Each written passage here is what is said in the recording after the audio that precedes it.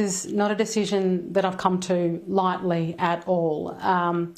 It is a decision that I've thought a lot about. And firstly, I guess I've always felt like the Liberal Party room is my natural home, given, the Liberal Party is the freedom party, the party of responsibility. Now, given the current circumstances, I think now more than ever, we need strong people within the Liberal Party. We need to be able to rebuild.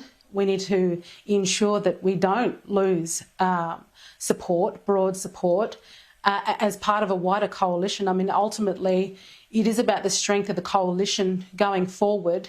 And I feel like I would be best placed as someone who is ultimately a fighter, which is what I've said before, to support the coalition from the Liberal Party room as a position of strength.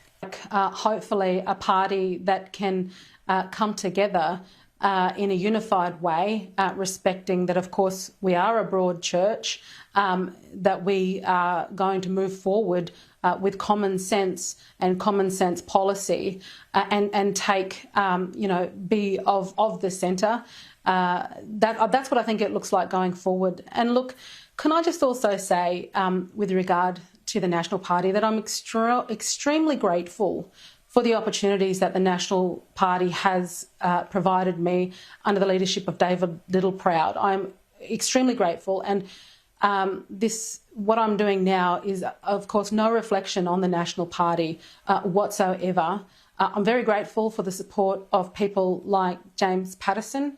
I've got some, wonderful friends in the Liberal Party, and as I said, I am a team player. The coalition is a team. I've been, I guess, I've played footy, and I see it much like a footy teams. And ultimately, we want to rebuild to be strong for the benefit of the country. Ultimately, that is what we need to do. My biggest concern is, under Albanese in the next 3 years, the state of the country that many of us are bracing for. So we need to be in a strong position in 3 years' time for a rebuild of the country effectively.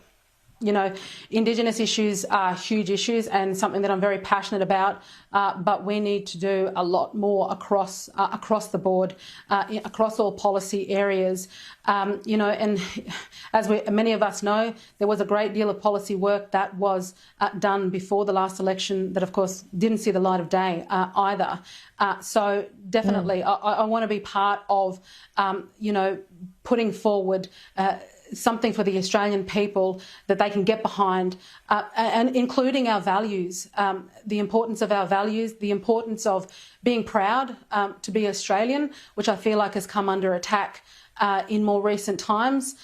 We want to make sure we want to instill that pride once more, what it means to be Australians, and I think our values as a Liberal Party as well. We need to get back to. We need to demonstrate that is what we are prepared to lead with as well, which I don't think there was enough of in the lead up to the last election.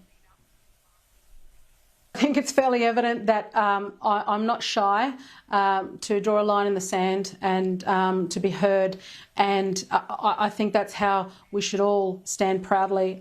Despite it was an incredible defeat, but it is a place that from a place that we can rebuild as a coalition going forward. And I will always ensure that I'm lending my voice to the greater good, which is to support the coalition, but also to support our country and listen to the Australian people. It is ultimately the Australian people. And I think the Nationals Party room have done a great job of being grassroots and listening to the Australian people, espousing their values and being led by them. And this is absolutely what we need to do. We need to be that voice for the forgotten people, as Menzies once put it. That's what we need to do going forward as part of the Liberal Party and the coalition. And that is how I will certainly lend my voice in the fight going forward. It has been a massive step. I will not put any limitations on myself, and ultimately, again, I guess I've always been led by the Australian people and will continue to do so. And certainly, I hope that all of my party colleagues, both sides, we can continue to do that, is to be led by the Australian people.